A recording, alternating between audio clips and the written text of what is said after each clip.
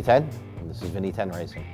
The services that VTR offer are from everything from basic import service to, full-blown builds, 1,200 horsepower street cars, which seems to be my particular norm. I mean, whether it's a Subaru, Evo, Scion, Nissan, Vet, basically the majority of stuff that comes in here is going to wind up between 400 and about 800 horsepower. We do all our own tuning, we do obviously our own sales, and we do all our own installs.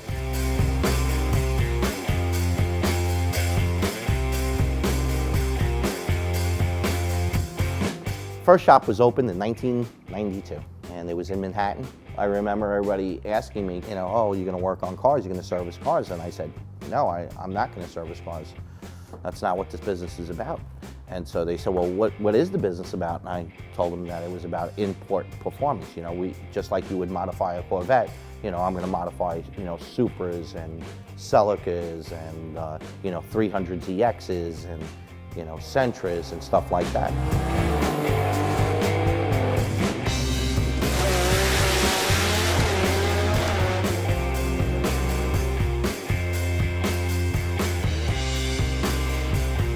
Racing started the moment I could, get on a bicycle, mini bike, skateboard, unicycle, you name it, it's got a wheel, I want to race it, and more importantly, I want to beat you.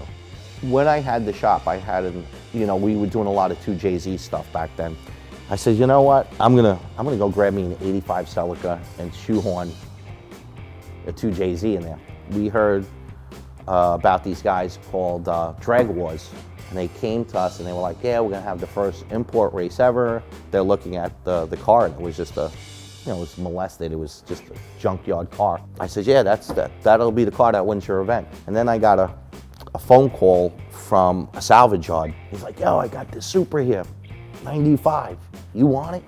He's like, yo, the car is totally stripped. There is not a bolt on the car, it's just a frame. And so the story goes that I wound up pulling it out of the 85, putting it in the 2JZ, won the race. I raced an old friend of mine that we're still good friends today, Tito. First time anybody ever went 10s in an import car. I put a team together and we did a turbo Hayabusa, and that was the fastest bike.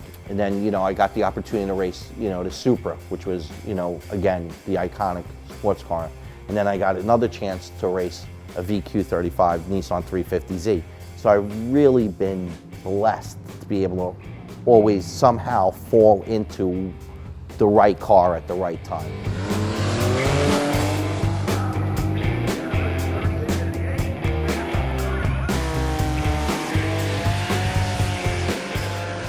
When you're building cars, what really matters is two things: your people and your parts. You put people's lives at stake in this business where you don't really do that. You go order a pizza and, chances are you can serve 10 million pizzas and never, maybe somebody might choke or something like that. Now, we don't build everybody's car that comes in here. There's a certain ethical responsibility I feel I have to make sure that I not only deliver a good product, but I deliver a good product to somebody capable of handling that product. And I understand that that's not my decision, but there is a decision for me to be made, and that's in the safety of others. And when you talk about the safety of others, that's when the quality of products come into play. Stuff cracks, stuff breaks, you get a flywheel that's out of balance, a gram or two, probably won't matter at idle, but at 7,000 or 8,000 RPM, it's gonna matter greatly. We talk about building a great motor. We talk about putting in a killer clutch. We put some, outstanding electronics in there. We put some big brakes on the car because it's gotta stop. And then you cheapen out on the rims. Putting a crap product on the end of a great build is like really ridiculous to do. We're not going 30 miles an hour to buy a quart of milk in these cars. We're going above the speed limit on certain occasions in off-road scenarios. And when that happens, you really want the best out there.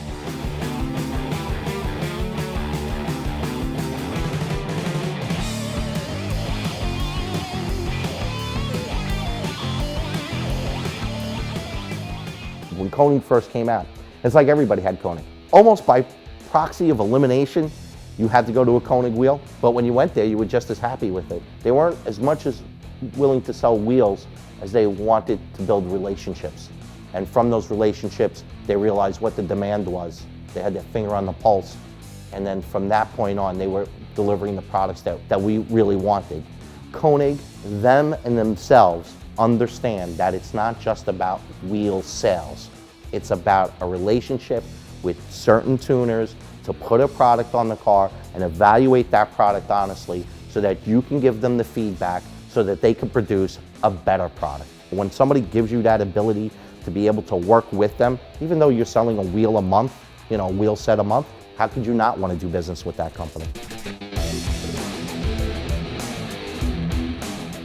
Buy the best, it's going to be bad enough.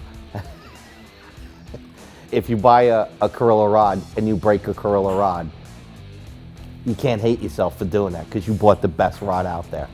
You melt the CP piston, chances are it's not because the CP piston collapsed and melted into your car.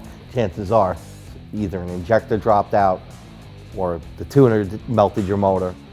So at least buy the best that you can.